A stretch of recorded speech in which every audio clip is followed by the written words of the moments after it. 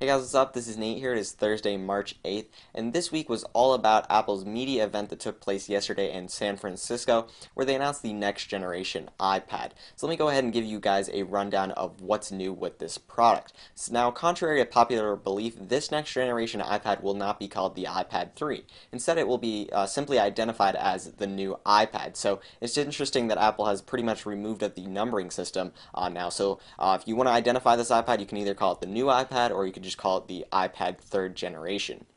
So taking a look at the design itself, just as many reports were suggesting, it has no design change whatsoever. It's very similar to the iPad 2. The only difference is it is about 0.03 inches thicker to compensate for that new high-resolution display that they put in at 2048 by 1536.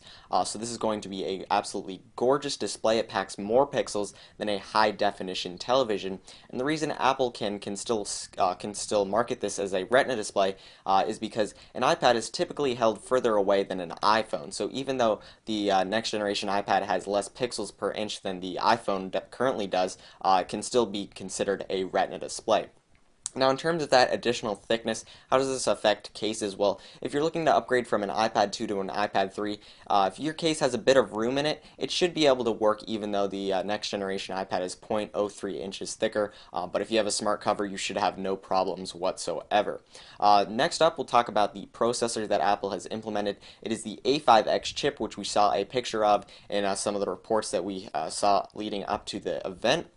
And what's really interesting about this processor is a lot of people were not expecting what Apple did. What they did was they kept the dual core, which that's the reason it's still called A5 instead of A6, because it's not a quad core chip, but it does have quad core graphics. So I think this is a really smart move on Apple's part. I really don't think at the moment tablets need the power of quad core yet. I really don't think there's enough intensive applications that need that sort of power.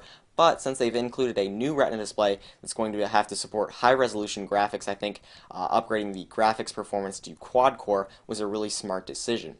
And according to Apple, the new A5X chip is going to have 4 times the performance of NVIDIA's Tegra 3 chip. And if you haven't heard of it, this is the chip that's currently in the Asus Transformer Prime. This is the first quad-core Android tablet that came out not too long ago. And I think the new iPad and the Asus Transformer Prime are going to be heavily compared when this new tablet, the new iPad, does come to market here very soon.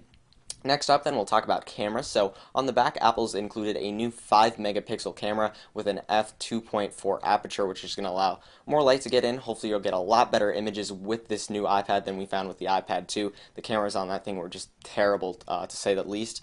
Now, it's also going to offer some other features like video stabilization. So if you're taking a video, it's going to stabilize it, remove that shakiness, and this video can be shot at 1080p at 30 frames per second. It's also got facial recognition as well. Now on the front, it will still support that same VGA camera that we saw on the iPad 2, and Apple is now referring to the back camera as an iSight camera, so that's interesting that they did that. They used to call the iSight camera the cameras that they included in the Macs, those cameras that they would allow you to do iChats through that old iChat application that they have, but now they've called that FaceTime. So Apple calls the front-facing camera on the iPad the FaceTime camera, and the back the iSight camera. Next up, then, we will talk about RAM. So a lot of people are wondering whether or not Apple will make the upgrade to 1 gigabytes of RAM in the iPad. The new iPad, I think they definitely will do that just because graphics are going to be very demanding on the new iPad with that high resolution display. I think Apple will make that jump to at least 1 gigabyte, but we'll have to wait and see until this new iPad goes to market next week. A company like iFixit will definitely get their hands on it and let us know as soon as possible. Apple's new iPad will also be supporting 4G LTE, so here in the United States that will be compatible with AT&T and Verizon's network. Now unfortunately, because these 4G LTE networks run on different frequencies, you're going to have to decide upfront whether you want to get one compatible with AT&T's network or Verizon's network. They won't be compatible with both networks in the same device. Also, Apple's bringing the hotspot feature that they currently have on the iPhone over to the iPad. So this will allow you to share the cellular data connection with other devices that you have. Now, Verizon stated they will be supporting this feature at no additional charge. So if you sign up for any one of their data plans, you will be good to go.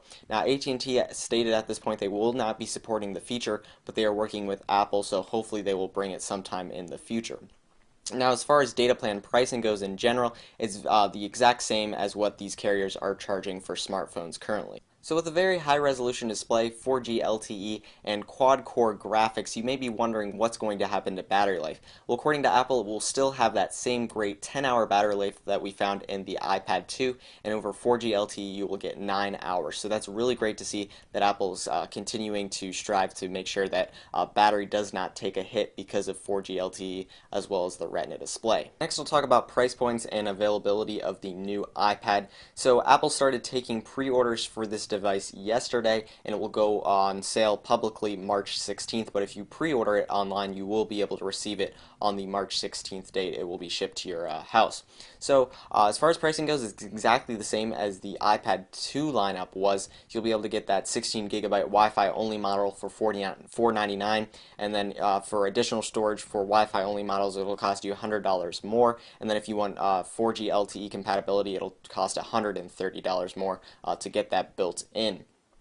So then Apple is also keeping the iPad 2 around, which is really great to see, and they're dropping that price point down to $399 for a 16 gigabyte Wi-Fi model. They're also selling refurb ones currently for $350, and I would expect prices of the iPad 2 to continue dropping. And I think if the iPad 2 is suitable for your needs, keep a lookout for good deals on that device. At the event, Apple also refreshed the Apple TV. It will now include an A5X chip, but it is only a single core chip and not dual core. But I really wouldn't see the need to have a dual core chip with inside the Apple TV itself, because its main job is just streaming movies anyway, and also AirPlay. Apple also then updated the interface, which I really like, and they're bringing that update to current Apple TV owners. So if you own a previous generation Apple TV, you'll be able to get this update for free. You won't have to buy the new Apple TV to get the new interface itself. Apple also then added some new features to their iLife applications that they currently have available for the iPad. So this includes GarageBand, iMovie, and they also then introduced a new app, which is iPhotos. So this is a really great app. It adds a lot more editing capabilities to your photos than what's normally just built into iOS 5. So you'll be able to manage your photos, browse them, enhance them, and edit them in a really great and unique application. That application is currently available for download for $4.99. So thanks for taking the time to watch this video. Please like it, subscribe, and I'll see you guys later.